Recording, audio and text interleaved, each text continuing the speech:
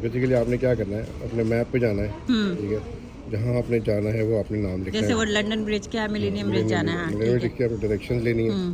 यहाँ पे आपके पास ड्राइविंग ऑप्शन है और ट्रेन की ऑप्शन है। अच्छा ट्रेन की ऑप्शन देख लेनी है आपने। हाँ और ये आपकी है डिस्ट्रिक्ट लाइन जो सीधी जाती है, ठीक है। ये एक है जो डायरेक्ट जा रही है, बाकी दोनों बदलनी ही पड़ती हैं। अच्छा इस पर क्लिक करना, आपने देखना है कि ये आपकी ट्रेन प्लेटफॉर्म नंबर 4 पे आ रही है और टूवर्ड्स अपमिंस्टर जा रही है, ये लिखा हुआ सामने। हाँ। अच्छा प्लेटफॉर्म ये 4 पे हम खड़े हैं। हाँ, ये कैसे पता चला कि ये 4 है? ठीक है। और ये टूवर्ड्स अपमिंस्टर है।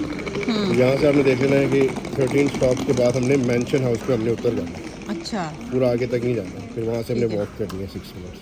ठीक है मैंशन हाउस, अब हमने इसको ट्रैक रखना है कि मैंशन हाउस पे ये आना है। 2.8 पाउंड उसमें अनाउंसमेंट होती रहेगी ना, अनाउंसमेंट होती रहेगी। हाँ होती ट्रेन, रहेगी। तो अब ये कि कई दफ़ा होता है कि ट्यूब के अंदर आपका सिग्नल नहीं आ रहा होता, इंटरनेट नहीं चल रहा होता।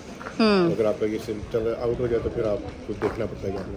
अच्छा ये 2.8 पाउंड है इसकी प्राइस। 2.8 मतलब ईच ना, हम दोनों का, हम चारों का होगा 2.8 ही है ना, बच्चे तो फ्री है।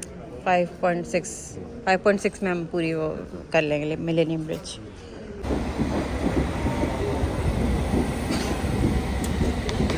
अभी नाम देखिए, अपमिंस्टर जा रही है डिस्ट्रिक्ट लाइन। कहाँ लिखा है? वो ऊपर लिखा है अपमिंस्टर अच्छा डिस्ट्रिक्ट लाइन। तो फिर आप यहाँ देखो सामने सीटें खाली हैं।